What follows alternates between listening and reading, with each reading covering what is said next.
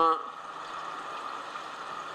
पूर्ण ब्रह्म सारी सृष्टि के रचनहार कुल मालिक कबीर साहब की असीम कृपा से आज हमें ये सत्य ज्ञान का एक चिराग मिला है। और इस सत्य ज्ञान को जो पुण्यात्मा निष्पक्ष भाव से और धैर्य पूर्वक सुन लेगा, फिर देखना फिर क्या होगा। और ज्ञान सब ज्ञानड़ी कबीर ज्ञान सो ज्ञान, जैसे गोला तोब का करता चले मैदान। परमात्मा का ज्ञान, पूर्ण ब्रह्म का, वो परम तत्व का ज्ञान, परमात्म तत्व का ज्ञान जो है ये गोला तोब का, जैसे उसके सामने फिर कोई आंट नहीं बने, सब किले वो ढह जाएंगे जो बनावटी बना रखे थे, अपनी सोच के शास्त्र बना रखे जिन महापुरुषों ने। अब सतगुरु पूर्ण परमात्मा के ज्ञान के सामने वो ऐसे छिन्न भिन्न हो जाएंगे जैसे तोब के गोले के सामने किले भी ढह जाते हैं जो बहुत मजबूत नजर आया करते हैं। इस काल ने ज्योत निरंजन ने अपने संदेश वाहक काल के दूत रसूल भेज गए और अपने ही तक का ज्ञान और जानकारी तो उन्हें दी है पूर्ण परमात्मा की भी कि कोई परमात्मा और है, उसका नाम कबीर है, पूजा के योग्य तो वही है। और अपनी अटकने बीच में टांग अड़ा दी, ज्ञान तो सही दे दिया और फिर अपने दूत भेज के और सबको शास्त्र विरुद्ध साधना पर आरूढ़ करवा दिया। जब परमात्मा एक तो उसको पाने की विधि एक ही होगी, दो हो नहीं सकती। वो प्रमाण कहाँ से मिलेंगे? वो हमारे पवित्र शास्त्र देंगे। चारों पवित्र धर्मों के पवित्र शास्त्र हमें प्रमाण देंगे जिसके आधार पर हम इसको समझ सकेंगे और हमें इसका विश्वास होगा कि वास्तव में ये कौन सा वो मार्ग, कौन सी विधि है प्रभु को पाने की, कौन है वो प्रभु जिसको हमने पाना चाहिए। अब देखो, ज्ञान हुए बिना, जानकारी पूरी हुए बिना हम कोई भी कार्य करते हैं तो उसमें मार खाते हैं। जब बच्चा कोई ट्रेनिंग करने की सोचता है शिक्षा में, तो उसको पहले इस बात का ज्ञान होता है कि मैं कौन सी ट्रेनिंग करूं, कौन सा कोर्स करूं जिससे मुझे क्या लाभ होगा। लेकिन भक्ति मार्ग में हमने कुछ भी नहीं सोचा, हमने कहाँ जाना है, क्या उद्देश्य है, कौन सा रास्ता ठीक है करना नहीं है। अब हम क्या सोचें? सोचना तो उन्होंने चाहिए था जो संत जन है, जो गाइड है हमारी, जो मार्गदर्शक हैं, उन्होंने सोचना चाहिए था कि तुम जो रास्ता बता रहे हो ये मैप के आधार पर है या वैसे तुक्के लगा रहे हो। मैप कौन सा? हमारे चारों धर्मों के पवित्र शास्त्र, जिसमें सब एक नंबर पर कबीर परमेश्वर की अपने द्वारा रची हुई अपनी ही महिमा की वाणी, अपने सारे ब्रह्मांडों की रचना और अपनी महिमा जो बताई है, और उसी के साथ उसी नंबर में उन महापुरुषों ने जिन्होंने उस परमेश्वर को आंखों देखा, सतलोक में सतपुरुष को सचखंड में, उनमें कौन कौन है? आदरणीय श्री गरीबदास जी, आदरणीय श्री दादू साहेब, आदरणीय श्री धर्मदास जी, आदरणीय श्री मुल्कदास जी, आदरणीय श्री रामानंद जी महाराज, आदरणीय श्री गुरु नानक देव जी। इन महापुरुषों की जो वाणी है, क्योंकि उन्होंने परमात्मा को प्रत्यक्ष देखा है और उनकी वही सतीथि मिलती है, जो उनकी वाणी में वही प्रमाण मिलते हैं जो कबीर साहब ने अपने पाने की विधि और अपना स्वरूप आप ही बता रखा है, और वो मंत्र बता रखे हैं जिनसे वो परमात्मा पाया जा सकता है। उसके बाद दूसरे नंबर पर जो है ब्रह्म तक का एक नंबर का शास्त्र, ब्रह्म तक की उपासना का और ज्ञान का संकेत पूर्ण परमात्मा का भरमार है चारों वेदों में। पवित्र चारों वेद उर्फ गीता जी, चारों वेदों का सार गीता जी होते है। और गीता जी से संबंधित उन्हीं से मिलता जुलता ज्ञान पवित्र बाइबल का और पवित्र कुरान शरीफ और कुरान मजीद, ये दोनों की दोनों, कुरान शरीफ कुरान मजीद, ये हजरत मोहम्मद जी को ही प्राप्त हुई है, जैसा आज सुबह के सत्संग में आपने सुना।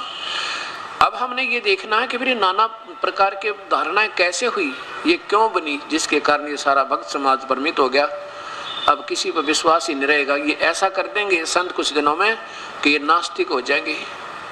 ये प्यारी आत्मा जो प्रभु की तरफ में चली थी, इनको नास्तिक बना के छोड़ देंगे, क्योंकि सबकी अपनी अपनी थ्योरी बेसलेस, ना कोई आधार नाम लेते हैं। देखो गीता का श्लोक, और उस गीता के श्लोक का अंश भी नहीं होता, जो वो कथा सुनाते हैं उसका कोई सार भी मिलता भी नहीं आपस में।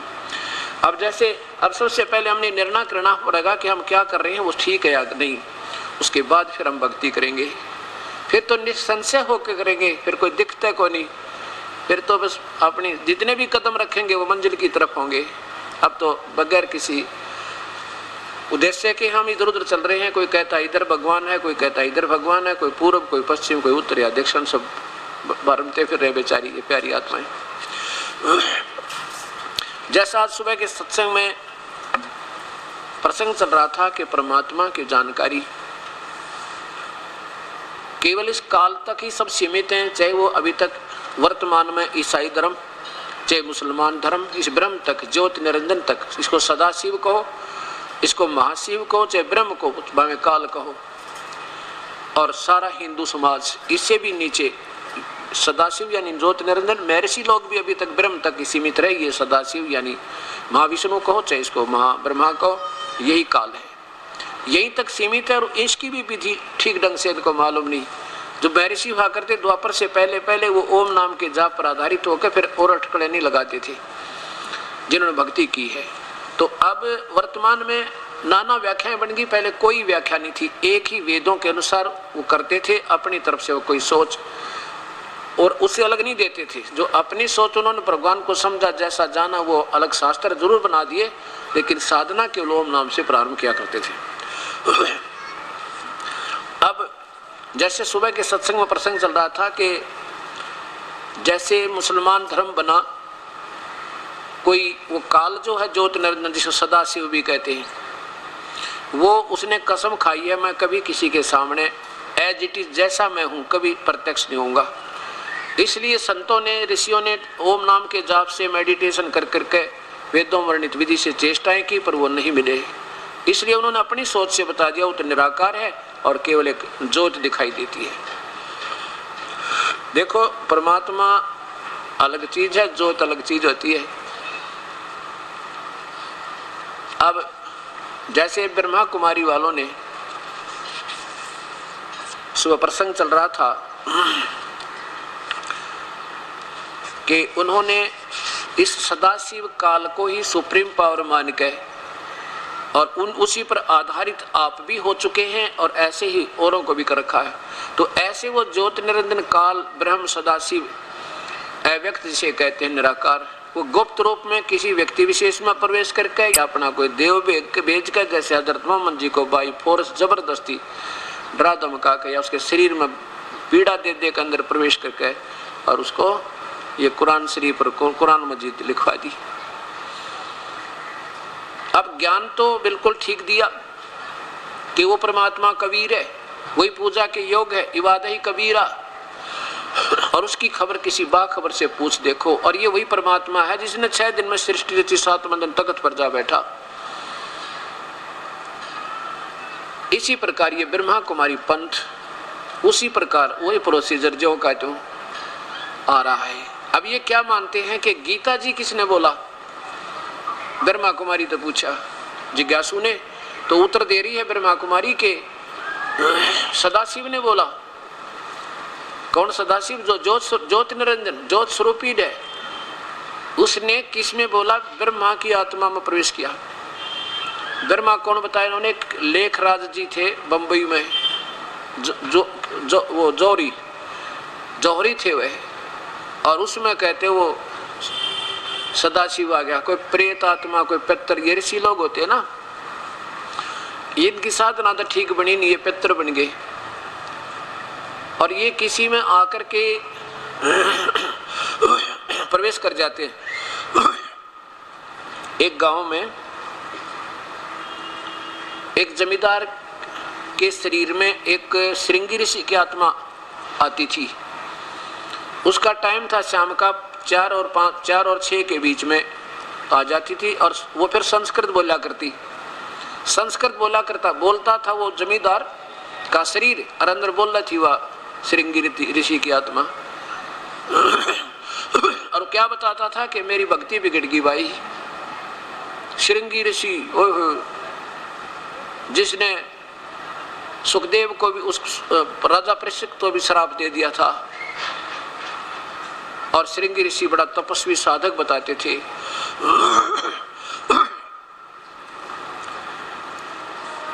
अब ऐसे वो आत्मा, अब वो कुछ भी सट्टे मारे, संस्कृत उसको आती थी, क्योंकि आत्मा के अंदर ये पुराने संस्कार विद्यमान रहते हैं अंतःकरण में, जीव आत्मा में। जीव जो है, ये जीव जो कहलाता है, ये आत्मा समेत है। और जब जीव खत्म हो जाएगा, केवल आत्मा रह जाएगी, जीव नहीं रहेगा फिर। तो इसी प्रकार इस ब्रह्मा कुमारी यानी श्री लेखराज जो हुए हैं जौहरी, उनकी आत्मा में कौन आया?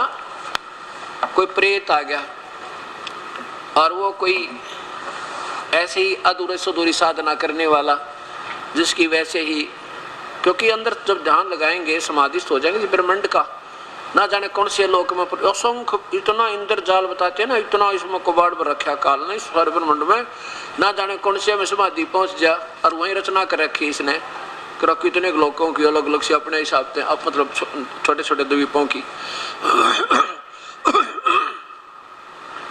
ये ब्रह्मा विष्णु महेश चक्कर में पड़ गए। बता इस लेखराज ने कैसे समझ में आने देगा ये काल। अब देखना ये कौन बताए कि जिनके शरीर में वो प्रवेश किया। ये देखो, ये है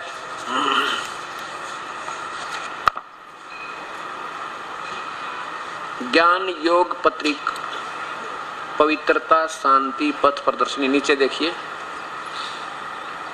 प्रजापिता ब्रह्मा कुमारी ईश्वरीय विश्वविद्यालय पांडव भवन माउंट आबू राजस्थान। ये किस में प्रवेश किया? यहाँ देखो, ये हैं, इनको ब्रह्मा कहते हैं।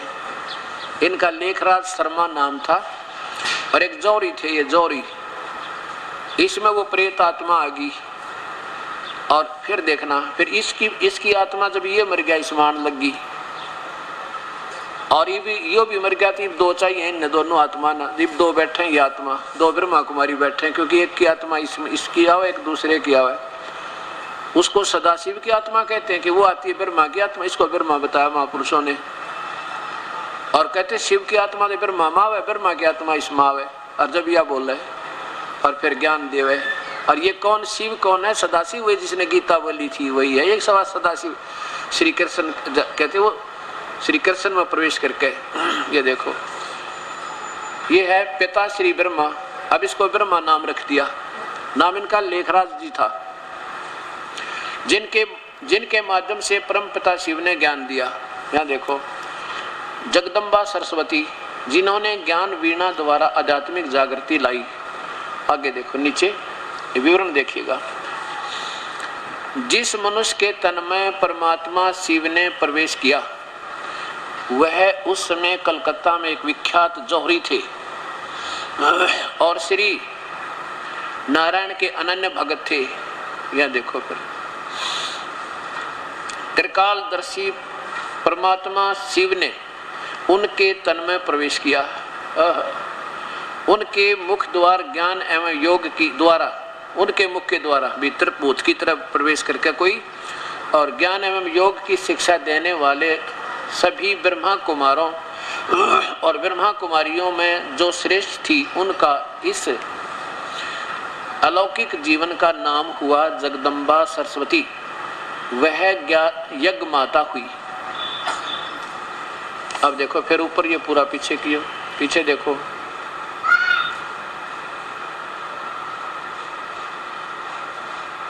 ये यज्ञ माता होगी। अब इनकी आत्मा इसमें आती है, क्योंकि ये भी प्रेत बन गए, पितर बन गए, शास्त्र विरुद्ध साधना करके। अब हमने इन बातों को देखना है प्रेम पूर्वक।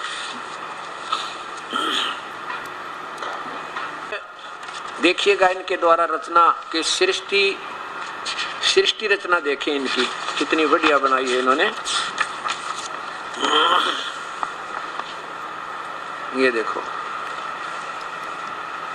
शिव का परम धाम, 3 लोक कौन से हैं और शिव का धाम कौन सा है। यहां देखिए, पहले चित्र देखें इनका, 3 लोक कौन से हैं और परमात्मा शिव का धाम कौन सा है। ये 3 लोक बताए इन्होंने। कौन सा, ये तो कहते हैं, ये देखो नीचे आगे लो, ये तो ब्रह्मलोक। कौन सा ब्रह्मलोक ने बना लिखा, बाहर लिख रखा है, इससे बाहर इस ये एक ब्रह्मांड बताओ, ये एक ब्रह्मांड है, यो अंडे जैसा, ये एक ब्रह्मांड है। ये तो ब्रह्मा का ब्रह्मलोक, और ये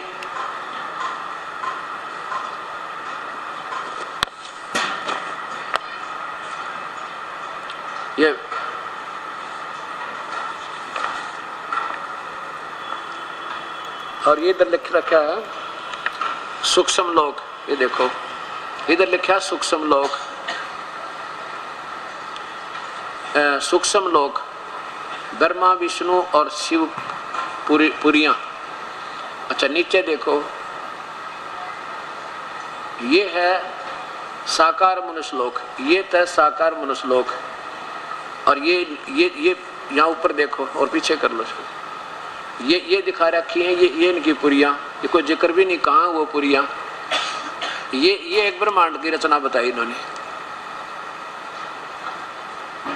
और क्या बताते हैं, देखो कि मनुष्य लोक तो ये है जिसमें जिन व्यक्तियों का, ये मनुष्य आत्माएं मुक्ति अथवा पूर्ण शांति की शुभ इच्छा तो करती है, परंतु उन्हें यह मालूम नहीं कि मुक्ति धाम अथवा शांति धाम कहाँ है।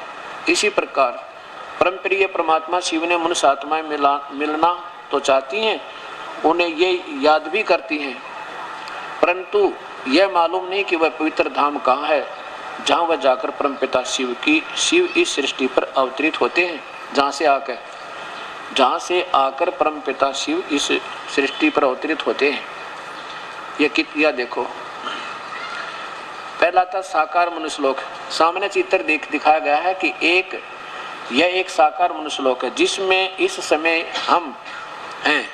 ये पृथ्वी लोक को ये मनुष्य लोक बताओ जिसमें हम बैठे, और इसमें सभी आत्माएं हड्डी मांस आदि स्थूल शरीर से लेकर कर्म करती। नीचे देखो, दूसरा सूक्ष्म देवताओं का लोक, इस मनुष्य लोक के सूर्य तथा तारागण के पार तथा आकाश तत्व के भी पार एक सूक्ष्म लोक है जहाँ प्रकाश ही प्रकाश है। उस प्रकाश के अंश मात्र में ब्रह्मा विष्णु तथा महादेव शंकर की अलग अलग पुरियां हैं। अच्छा देखो,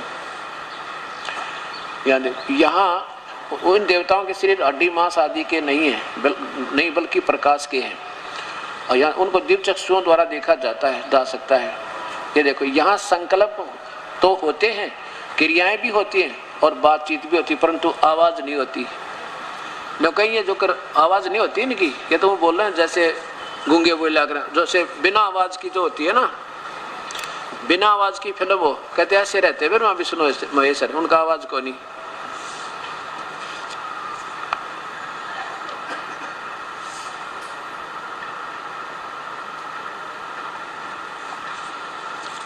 और तीसरा बताते हैं ब्रह्मलोक। ये वो लोक है जिसमें केवल एक बिंदु दिखाई देता, बिंदु, जो केवल एक बिंदु दिखाई देता है वो लोक है ये।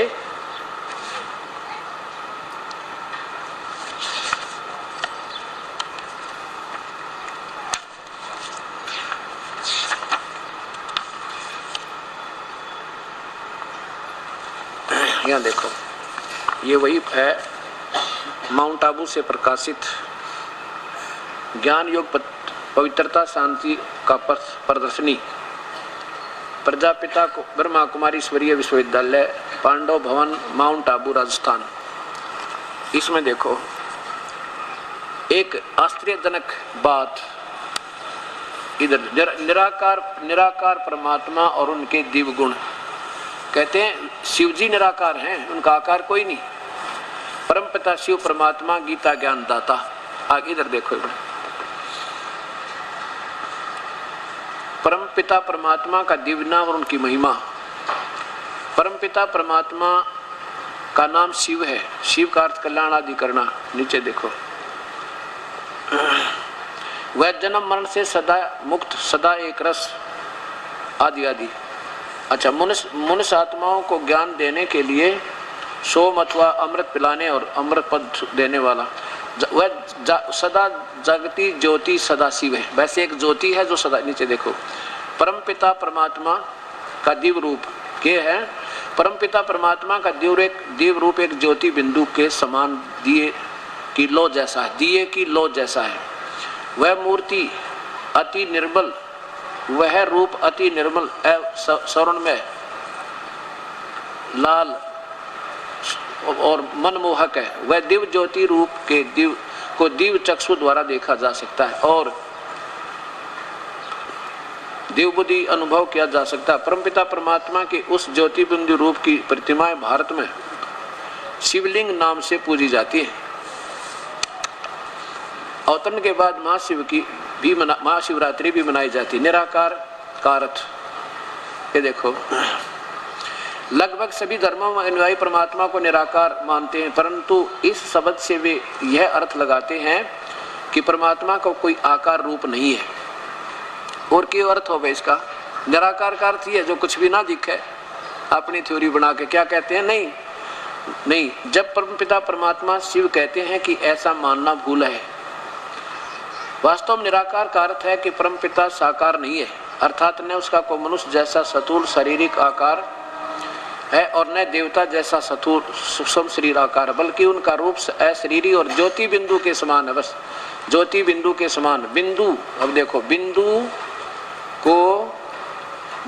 को तो निराकार ही कहेंगे, अपने घर की गडरे। अब देखो, बिंदु से कितना ही छोटा है तो आकार तो होगा। अब जैसे कोई आप लगा दो, क्या कहोगे भाई? अब कितना ही कोई छोटा बिंदु रख लो, उसका भी आकार बनेगा। ये तो ज्योत, दिए की ज्योत बताओ, दिए की ज्योत। अब मान लीजिए हम ये छोटा सा आकार बना देते हैं, ये देखो। अब इसको क्या कहेंगे? इससे भी छोटा बनाएंगे, न्यू कहेंगे अभी गोलाकार है। और ये क्या कहेंगे? बिंदु आकार है। मान लीजिए बिंदु, ये बिंदु बना दिया, इसका भी आकार है। और ये कहते हैं नहीं, बिंदु आकार नहीं होता, आकार साकार का अर्थ होता जो अनविजिबल हो उसको निराकार कहते हैं, जो दिखाई ना दे। और कोई भी ये कहते हैं शिव का लिंग है ना, शिवलिंग तो सही है उसका, तरह गजब भैया। ये कहते हैं कि शिव तो निराकार है, और लेकिन उसका जो लिंग हम देखते हैं ना, पत्थरों की मंदिरों में मूर्ति बन रही, कहते वो सही है, वो साकार है, वो बिल्कुल ठीक है।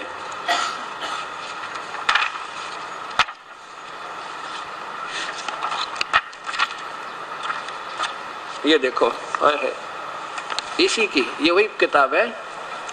क्योंकि भगवान शिव तो मनुष्य रूप में आकार है और उसका लिंग निराकार है, वो बिंदु लिंग शरीर निराकार, पर वही है। अब देखो इस पे शिव और शंकर में अंतर। कहते हैं शंकर तथा शिव, यो तो शंकर है और यो डला शिव है। तरह गजब भैया, यो डला शिव है, यू है परमपिता, फूटे बाग थरे अर्गेला मारे।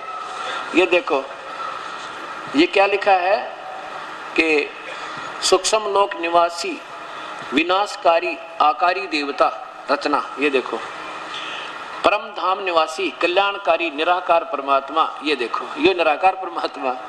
अरे तेरा गजब हो, यो कुछ सोचते लो बोलने तो पहला सारे शास्त्र फेल कर दिए, सब ऋषि फेल कर दिए। निराकार साकार क्या होता है? डड़ा भी आकार जब दिखे सामने का, यू है वो भगवान, यो पक्का भगवान। ये परमात्मा है मेरे बंदी, छोड़, मेरी भी अच्छी ड्यूटी लाई मालिक ने, मेरे महल दौड़ की। अब यहां देखो, इसमें क्या कहते हैं? ब्रह्मा कुमारी से पूछा गीता का ज्ञान किसने दिया? कि भगवान सदाशिव ने। वो सदाशिव आपके सामने है, यो काल है जो आप पूर्ण विवरण आपके सामने सब शास्त्रों में प्रमाण। अरे इनका कोई प्रमाण नहीं, किसी भी शास्त्र का एक अंश भी आधार नहीं इन महापुरुषों का। अपने तुक्के मारे, भूत बोल रहे इनके अंदर। पहले एक लड़की बोला करती ब्रह्म कुमारी थी, अब 2 ब्रह्मा कुमारी बैठे, क्योंकि एक में तो वो भूत पहले वाला जो ब्रह्मा इसमें लेखराज जी में आया करता, अरे लेखराज की आत्मा और दूसरी माँ दोनों बैठ कर बोल रहे वहां से, दोनों भूत बोल रहे हैं इसमें, अपने अपने सट्टे मार के दुनिया को गुमराह कर रहे हैं। ये भक्त समाज ने सोचना पड़ेगा, ये तो मानने कोई ना, क्योंकि वहां है। और फिर कहते हैं कोई गुरु की आवश्यकता नहीं, बस ना कोई नाम जाप करना, ध्यान लगा लो क्या का द्वैती बिंदु का, और गुरु की आवश्यकता नहीं, ना कोई नाम जाप करना, ये खूब करा वही काम।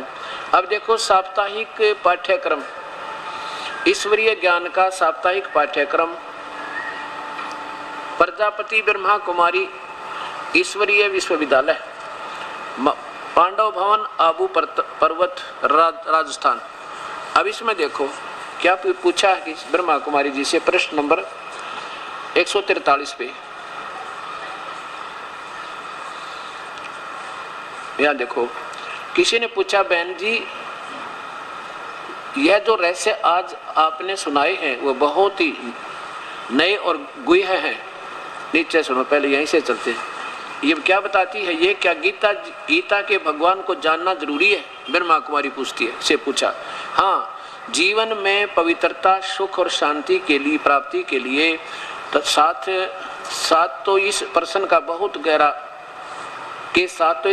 बहुत गहरा संबंध है कि पहली को जानने से ही तो मनुष्य मुक्ति और जीवन मुक्त अर्थात का अधिकारी होता है। आप पूछेंगे कैसे? देखिए, गीता के भगवान के वाक्य हैं, हे वत्स तो एक मुझे याद कर। देख यू क्या है, मन मना भव, यानी पूरा श्लोक नहीं, 2 अक्षर ले दिए कहीं, क्योंकि पूरा लिख दें तो इनको सरलार्थ करना ना आवे, 2 अक्षर ले लिए, मन मना भव। ये है 18वें अध्याय का 63वां श्लोक,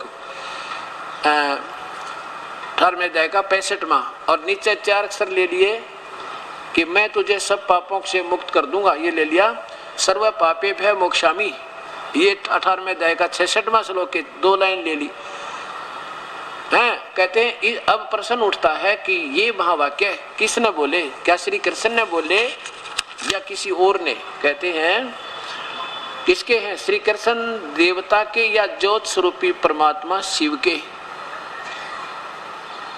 शरीरधारी देवता तो याद करने से मनुष्य भला मुक्ति की अवस्था था, शरीर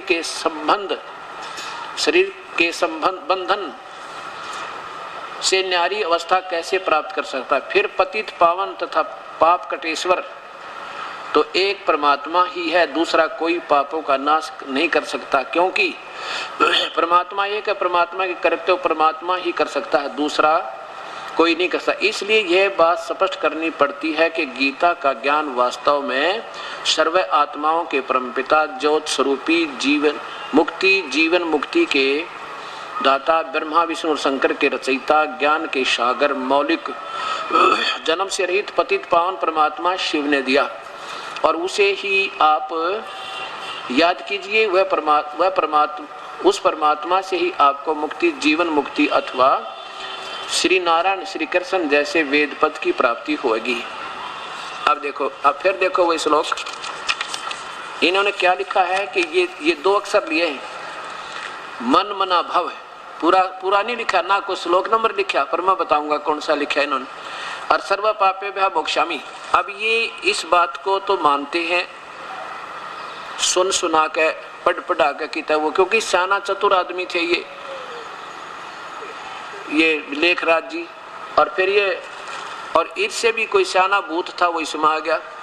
अब ये क्या बताते हैं कि जो ज्योत स्वरूपी निरंजन काल है ये सदाशिव है, बिल्कुल, और ये तो काल है जैसे आप देखिएगा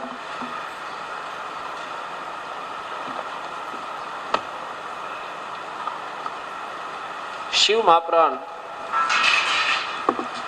ये शिव महापुराण में जैसे आपको बताया था, क्योंकि जो भक्तात्मा इस पूरे सत्संग को सुन लेगा फिर तो ये इनके बच्चे के खिलौने लगेंगे, कहीं की ईंट कहीं का रोड़ा। अब देखिए ये है वो शिव महापुराण, और ये वास्तविक ब्रह्मा के द्वारा बोली गई, इस नकली ब्रह्मा के द्वारा नहीं। गीता प्रेस गोरखपुर से प्रकाशित है और इनके संपादक हनुमान प्रसाद पोदार और मुद्रक हैं गीता प्रेस गोरखपुर। इनके रुद्र संहिता अध्याय नंबर 6 में प्रश्न नंबर 100 पे सिर्फ इतना ही दिखाऊंगा कि ये काल जो है, ये काल और दुर्गा, यही काल ज्योति निरंजन, जिसको सदाशिव भी कहते हैं, इसको काल भी कहते हैं और इसी को ब्रह्म भी कहते हैं। संक्षिप्त रुद्र संहिता प्रश्न नंबर 100 पे अब देखो, ये महादुर्गा की महिमा है, दुर्गा की महिमा है जो महापार्वती रूप में इस काल के साथ ब्रह्मलोक में रहती है। उस पराशक्ति को प्रधान प्रकृति गुणवती माया बुद्धि तत्व की जनित विकारित बताया है। वह शक्ति अंबिका कही गई है, जिसको प्रकृति सर्वेश्वरी त्रिदेव जननी ब्रह्मा विष्णु महेश की माता भी बताया है, कहा गया है। नित्य और मूल कारण भी कहते हैं। सदाशिव द्वारा प्रकट की गई उस शक्ति की 8 भुजाएं। अगर ये कोई समझदार भी बोल रहा होता, साथ में ये भी बताता ब्रह्मा विष्णु महेश के माता पिता कौन है, पिता वो तो बता दिए कि सदाशिव न रचे, इनकी माँ कौन है, अर्थात अल्पज्य है ये जो इसके अंदर बोल रहा है। सुनी सुनाई कोई कथा सुन दी भूत ने, अरे वो ऐसे बोल रहा है। अब देखो नीचे, तीनों ब्रह्मा विष्णु महेश की माता दुर्गा है। और ये सदाशिव कौन है? वे जो सदाशिव हैं वे परम पुरुष ईश्वर शिव शंभु और महेश्वर कहते हैं। वे ऊपर देखो, वे अपने सारे अंगों पर भस्म रमाए रहते हैं उन काल रूपी ब्रह्म ने। ये काल कहो चाहे ब्रह्म कहो, सदा शिव कहो, ये है वो काल जो वास्तव में जिसने गीता बोली। ये कौन है? ये ज्योति निरंजन, और ये गुप्त रूप में रहता है। अब इसी ने गीता बोली। ये प्रमाण ये है कि इसमें लिखा है कि अर्जुन मैं काल हूँ। ये गीता इस भगवान ज्योतिनंदन के द्वारा नो की नो बोलेगी श्री कृष्ण में प्रवेश करके, कोई बिल्कुल सही। और इसी काल ब्रह्म ने जो स्वरूपी निरंजन सदाशिव ने चारों वेदों को बोला और वो वेद फिर समुद्र में प्रवेश किए, ब्रह्मा ने मिले और ब्रह्मा ने फिर पढ़े। उसके बाद कुछ प्राकृतिक उथल पुथल के बाद ये एक ऋषि में प्रवेश करके उसी काल ने जो सदाशिव ने ज्योति निरंजन ने और फिर सबको वो दोबारा जो केतु लिखवा दिए। ऐसे ये गीता ज्योति निरंजन ने श्री कृष्ण में प्रवेश होकर बोला, उसके बाद वेद व्यास में प्रवेश करके ये गीता ज्यों की तुम लिपिबद्ध करवा दी, वही का और सेम बोला। इतना अक्षर का भी फर्क नहीं इसमें। और अगर ये सदाशिव बोल रहा होता तो ये उठ पटांग नहीं मारता, जय कहीं की ईंट कहीं का रोड़ा। अब ये क्या बताते हैं, कहते हो सदाशिव था उस ब्रह्मा की आत्मा में, कोई भूत बना हुआ ब्रह्मा भी तो जो क्या नाम है लेखराज जी, वो तो शरीर छोड़ चुके हैं, तो वे कहाँ हैं? कि शिव थी आवे उस माँ ब्रह्मा की आत्मा भूत, उस भूत में भूत बढ़े और फिर वो भूत बढ़े उस लड़किया में, अब जो वर्तमान में बैठी फिर वो बोल रहे। कमाल की बात। फिर सीधा क्यों ना आ जा, बाईपास के क्यों चल रहा, सीधा क्यों नहीं आ जाता थ्रो प्रॉपर चैनल? जैसे पहले आज श्री कृष्ण में ऋषि में एक ऋषि में वेद व्यास जी में बोल के चला गया, हजरत मोहम्मद में बोल के चला गया। अब दो आत्मा एक में जब वो काम चले इनका। अब देखिए इसमें 11वें अध्याय के 32वें श्लोक में कहता है कि मैं काल हूं अर्जुन और सबको खाऊंगा। ये काल बोल रहा है इस गीता को, और ये सदाशिव काल है जिसकी ये पूजा के लिए खुद कहते हैं ब्रह्मा कुमारी वाले कि इस काल की पूजा, सदाशिव की पूजा करो। और ये कहता है उस परमात्मा की भक्ति करो, मेरी भक्ति ठीक नहीं। ये परमात्मा ये तो खुद कहता है कि मेरी भक्ति तो अनुत्तम है। अब 11वें अध्याय का 32वां श्लोक देख करके आप देखिएगा। अब जिन्होंने ये लगातार सत्संग सुना है उनके तो भ्रम निवारण हो चुके हैं। फिर भी आगे भी ये सीडी बन रही है, कैसेट बनेगी। दास का उद्देश्य यही है कि हो सकता है ना जाने कब कौन प्यारी आत्मा और खोल ले अपने टीवी ने और कित भाग जगजांश के। ये वही गीता जी अध्याय नंबर 11 का श्लोक नंबर 32 देखो।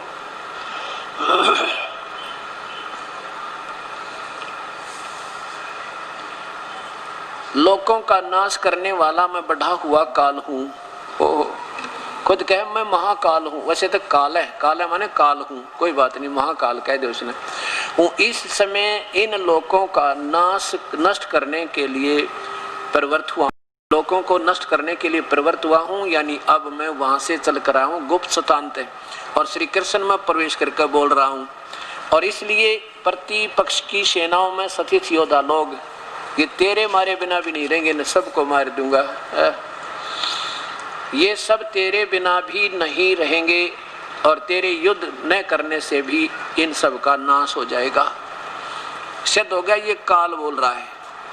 अब आइए, जो इन्होंने 2 श्लोक बताए हैं, एक एक अक्षर लिया इन्होंने, मन मना भव, मन मना भव और सर्व पापे व्यामोक्षामि। जब ये पूरे लिख दें तो इन्हें सरलार्थ करना ना आवे, पूरा इनसे न्यू नहीं लिखा है, एक अक्षर दे दिया, बताओ उससे क्या समझे। 1-2 श्लोक के लिख देते, जब उसकी गीता का महिमा गा रहे हो, भगवान ने ऐसे ऐसे वचन बोले, तो 2-4 शब्द लिख देने थे।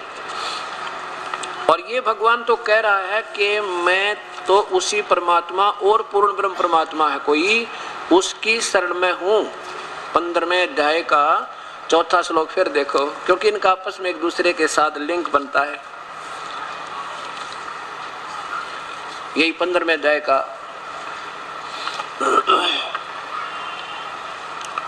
4था श्लोक है।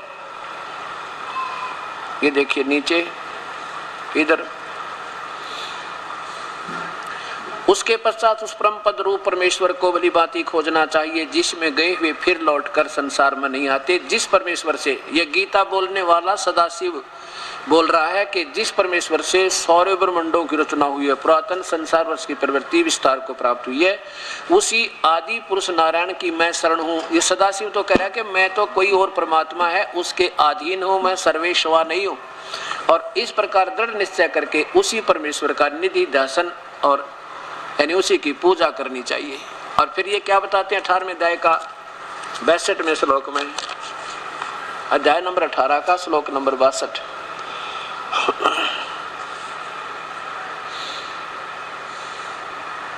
ये भारत सब प्रकार से उस परमेश्वर की शरण में जा। ये सदाशिव बोल रहा है, खुद कह रहा है कि उस परमात्मा की शरण में जा। ये काल बोल रहा है, और उस परमात्मा की ही कृपा से तू परम शांति और सनातन परम धाम को प्राप्त होगा। काल का परम धाम तो यो जन्म मरण का है। ये कहता है तेरे और मेरे अर्जुन बहुत जन्म हो रही है, तू नहीं जानता मैं जानता हूँ, हम तो जन्म और मृत्यु में अविनाशी नहीं है। अब देखो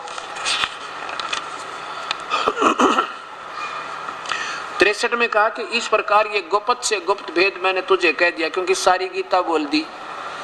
अब जैसे तुझे अब तू कह दिया, अब तूने जो ठीक लगे वैसे कर ले। मेरी भक्ति करेगा तो वो ठीक पूरी नहीं है, वो भी अनुतमाम घटिया तो घटिया।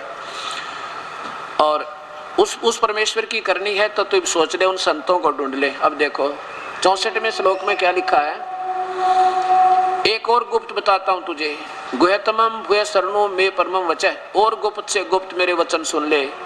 इष्ट असी में दृढ़म इति, जिसमें 18वें अध्याय के 62वें श्लोक में तुझे संकेत कर रहा हूं, और 15वें अध्याय के 4थे श्लोक में संकेत कर रहा हूं, मेरा भी पूज्य देव वही है। ये सदाशिव कह रहा है, ये ज्योति निरंजन काल कह रहा है।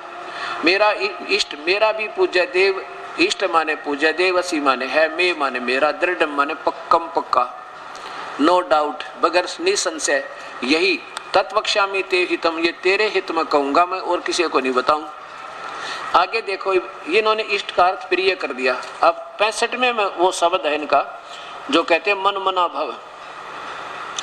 अब ये है 65वां श्लोक, इसमें क्या बताया कि मन मना भव, बस ये 2 लाइन ले ली, 2 ये पूरा श्लोक लिखते हैं कि कलम घिसैती भाई, ताकि पता लग जाता है। आम आदमी तो नहीं सोचा ना कौन से श्लोक का है, कौन से का ना है।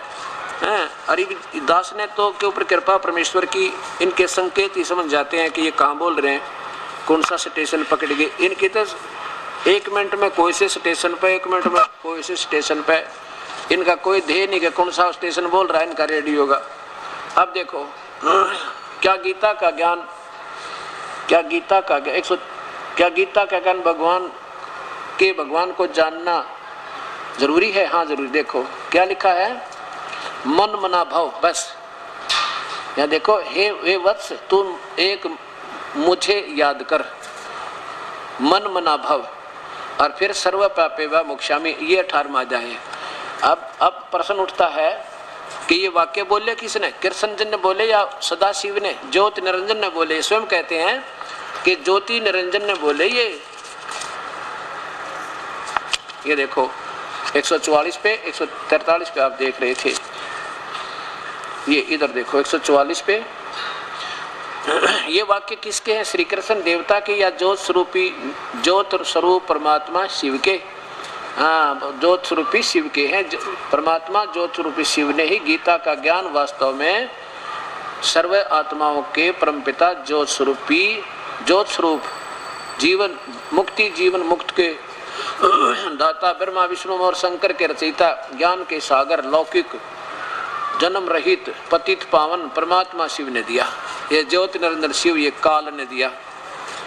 अब ये क्या कहता है? अब देखो 18वां अध्याय का 65वां श्लोक देखो, इसमें क्या लिखा कि मन मुझ में मन वाला हो, 65वां चल रहा है, मुझ में मन वाला हो, मेरा भक्त बन, मेरा पूजन करने वाला हो, मुझको प्रणाम कर, ऐसा करने से तू मुझे ही प्राप्त होगा, यह मैं तुझसे सत प्रतिज्ञा करता हूं, क्योंकि तू मेरा अति प्रिय है। यहाँ प्रिय मैंने ठीक लिख दिया, प्रिय। अब काल कहता मेरी शरण में आता है तो नीचे के ब्रह्मा विष्णु महेश और देवताओं की पूजा त्याग दे, तो उनसे अच्छी राहत मैं दे दूंगा, लेकिन मेरी पूजा भी अनुतमाम घटिया तो घटिया है। यहाँ देखो ये काल कहता है कि लेकिन मेरी पूजा तो बिल्कुल व्यर्थ है। यहाँ देखिएगा, मेरी भी पूजा कति गलत है। अध्याय नंबर 7 का श्लोक नंबर 18।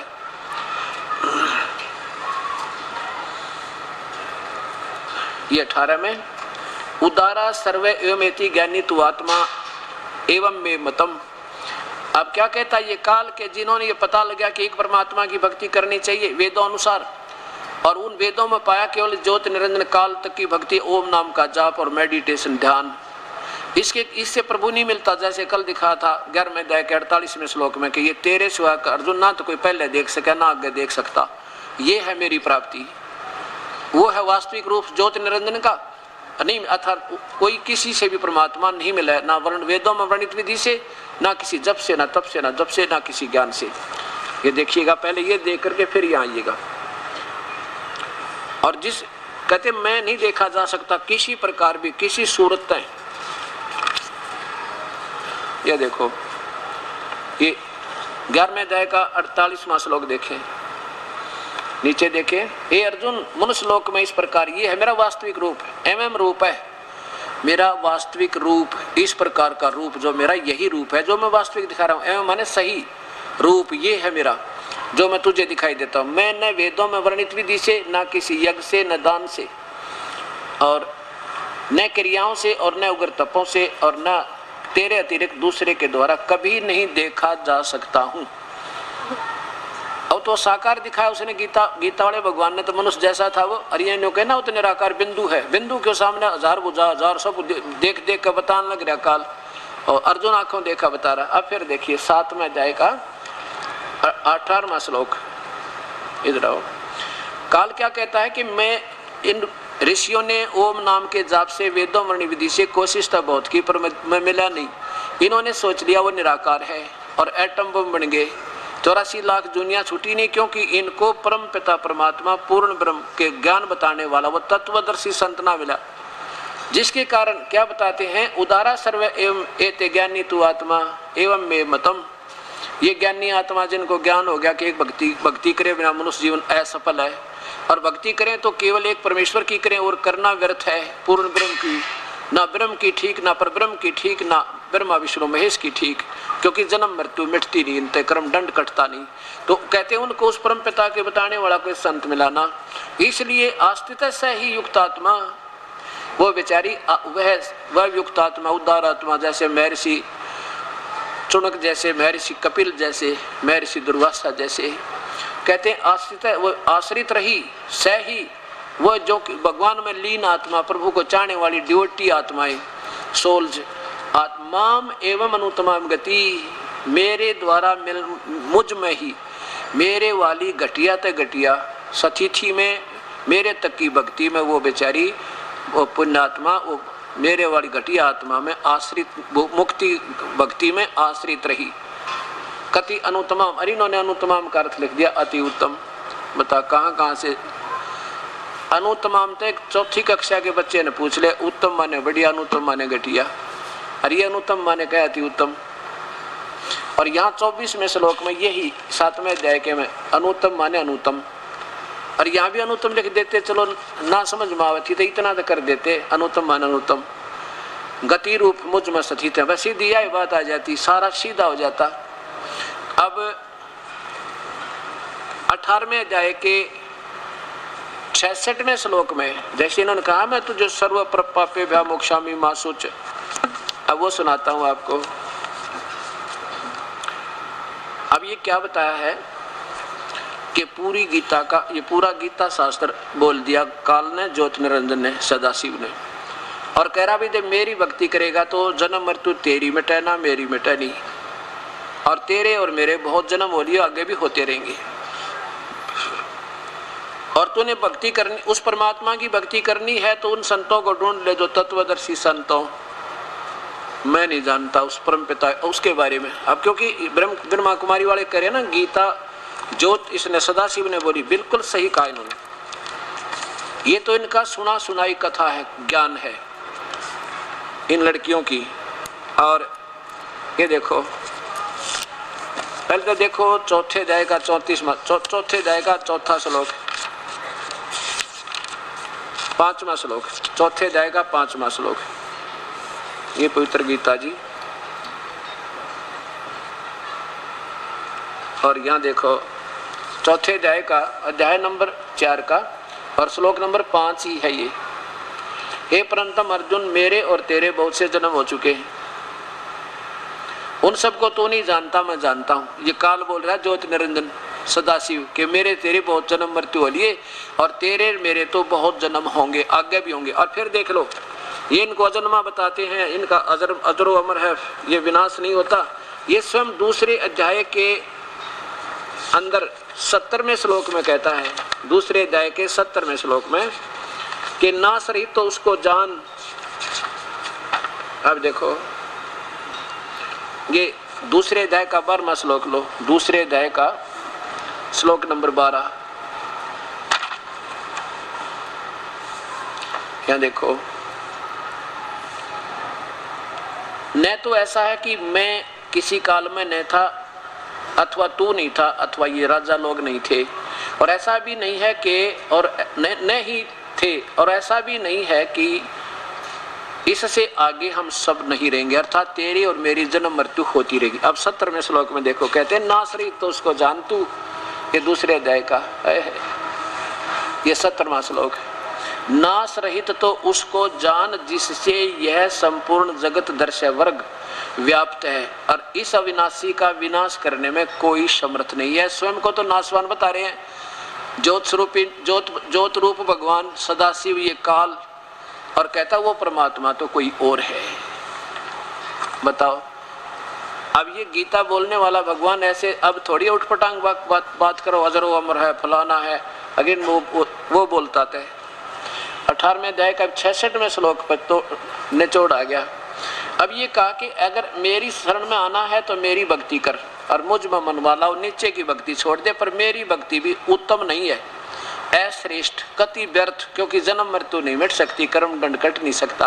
और ये कहते हैं पाप कटेश्वर महेश्वर, इस सदाशिव ने जो पाप दूने पैदा कर दे, ज्यादा से ज्यादा यही लगा सका पाप, और कोई ला नहीं सकता, और इसको पाप कटेश्वर कहे। अब देखो, अब कहते हैं, अब 66वें श्लोक का क्या इन्होंने दिया है, बस ये दिखा है सर्व पापेभ्यः मोक्षामि, बस ये इतना हिंट लिख के और छोड़ दिया। पूरा लिख दें तो ये श्लोक, क्योंकि ब्रह्मा कुमारी में जब भगवान शिव बोल रहा होता, सदाशिव भी जो काल बोल रहा होता, तो ये पूरा श्लोक बोलता, ये सुनी सुनाई 2 अक्षर ना बोलता वो। तो जिसके कारण ये उलझ जा, फिर जब पूरा श्लोक लिख देते आप भी उलझेंगे जाएंगे कहाँ, क्योंकि परमात्मा की प्यारी आत्मा जो है, अब कोई बालक नहीं बढ़ोले किसी ने, अब ये सब समझेंगे, जिन्हें भक्ति चाहिएगी वो बुद्धि से काम भी लेगा। इन उल्टी अटकड़ों में से 4 युग हो गया हमने अटकान। ये देखो क्या गीता के भगवान को जानना जरूरी है। ये देखो सर्व पापेभ्यः मोक्षामि, बस ये छोड़ दिया इतना लिख के। ये कौन से का है? 18वें अध्याय का 66वां श्लोक। ये ऊपर देखो अध्याय नंबर 18 का और श्लोक नंबर 66 है। इसका केवल ये हिस्सा ले लिया, सर्वे पापेभ्यः मोक्षामि। क्या अर्थ है कि सर्वधर्मान परित्यज्य माम एकम शरणम व्रज। सर्वधर्मान, सभी धर्मों की, सभी धार्मिक पूजाओं को, मेरे लेवल की जितनी भी धार्मिक पूजाएं मुझ में, माम माने मुझ में, परित्यज्य माने छोड़ के, मुझ में सब मेरी पूजाओं को छोड़ के एकम शरणम व्रज। एकम माने अद्वितीय, अद्वितीय जिसके बराबर कोई दूसरा ना हो, अर्थात सर्वशक्तिमान की शरण में। व्रज माने जा। अहम तवा सर्व पापेभ्यः मोक्षामि मा शुच। फिर मैं तुझे सब पापों से मुक्त कर दूंगा, तू चिंता ना कर अर्जुन। अब देखो, अब ये गीता बोलने वाला कहते हैं ये तो श्लोक उसी भगवान का है जो सदाशिव का। अब और को तो ये कहते हैं ना गीता में मिलावट कर दी होगी यार, ये तो सही मानते हैं ना इसको कि ये तो सही उन्होंने बोला है। तो अब इसमें क्या बोला उन्होंने, ये देखो, ये खुद गीता ये क्या बताते हैं कि सर्व धर्मों को अर्थात संपूर्ण कर्म, कर्तव्य कर्मों को मुझ में त्याग कर, या लिखना तो केवल एक मुझ, देखो मुझ सर्वशक्तिमान सर्वाधार सर्वेश परमेश्वर की शरण में आजा। व्रज माने आजा बताते हैं ये, और व्रज माने जाना होता है। अब ये सदाशिव तो कह रहा है कि उस परमात्मा की शरण में जाओ तुम, और ये कहीं तुम इसकी पूजा करो शिव की, ब्रह्मा कुमारी वाले। अब देखो, मैं तुझे सब पापों से मुक्त कर दूंगा, सर्व पापेभ्यः मोक्षामि, ये दो अक्षर हैं इनके, सर्व पापेभ्यः मोक्षामि, शोक ना करे। अब दिखाऊंगा आपको व्रज माने क्या होता है। व्रज माने क्या होता है ये आपके सामने प्रत्यक्ष प्रमाण होगा। अब सबसे पहले दिखाता हूं शिव श्री विष्णु पुराण।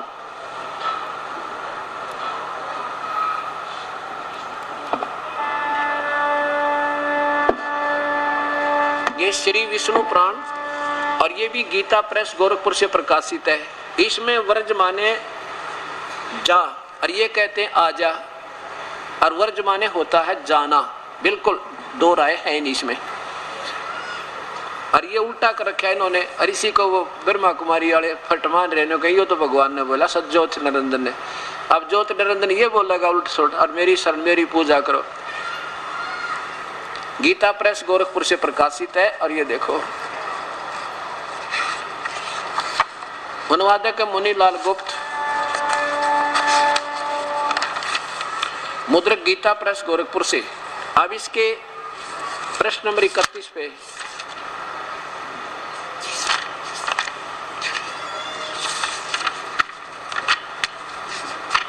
ये देखो, ये प्रश्न नंबर 31 अध्याय नंबर 2, अध्याय नंबर 9, यहाँ देखो नीचे ये 35 नंबर श्लोक में, ये मंत्र 34, ये 35।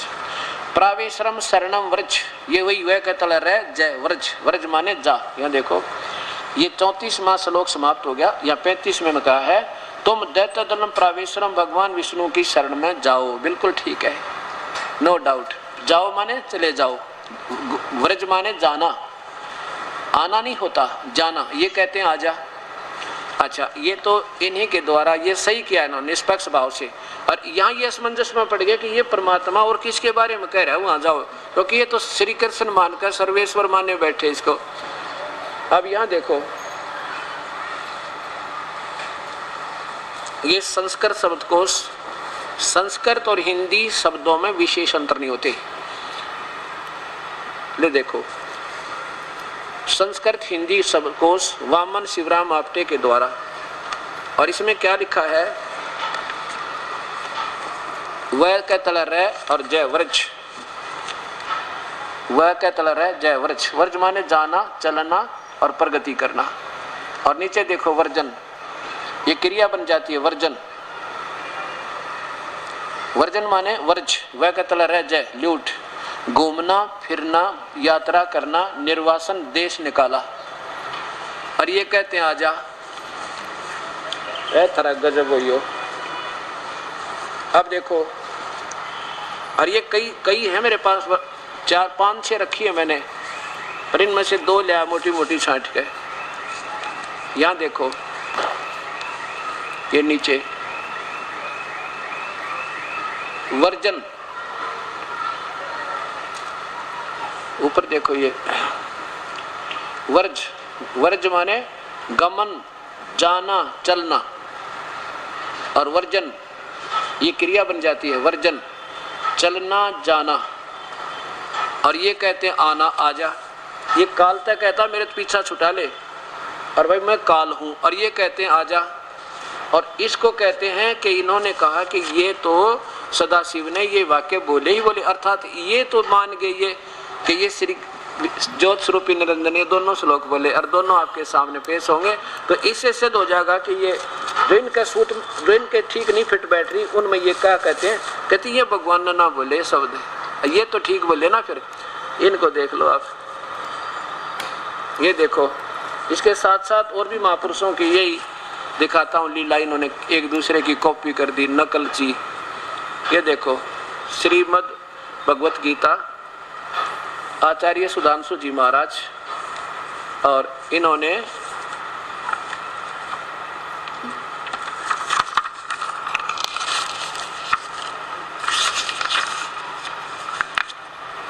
ये कहां से प्रकाशित है ये भी देख लो। मैंने सोचेंगे ऊपर जलद जलद दिखा दिया। कई बार ऐसे समस्याएं हमारे सामने कि तो ऊपर जलद बनवा रखी होगी महाराज जी ने। प्रथम संस्करण इतना, तृतीय संस्करण इतना, 101 रुपये कीमत एक की। प्रकाशक है विश्व जागृति प्रकाशन, ओंकारेश्वर महादेव मंदिर, जी पब्लिक, मानसरोवर गार्डन, नई दिल्ली। दूरभाष इतने इतने। प्रस्तुति करते हैं लेखकीय जगदीश चंद्र अरोड़ा व नरेंद्र आदि, गौरव आदि आदि इनके यहाँ देखो। मुद्रक है इंटर इंडिया पब्लिकेशंस। अब ये 18वां श्लोक देखिए, 18वें अध्याय का 66वां श्लोक देखिए।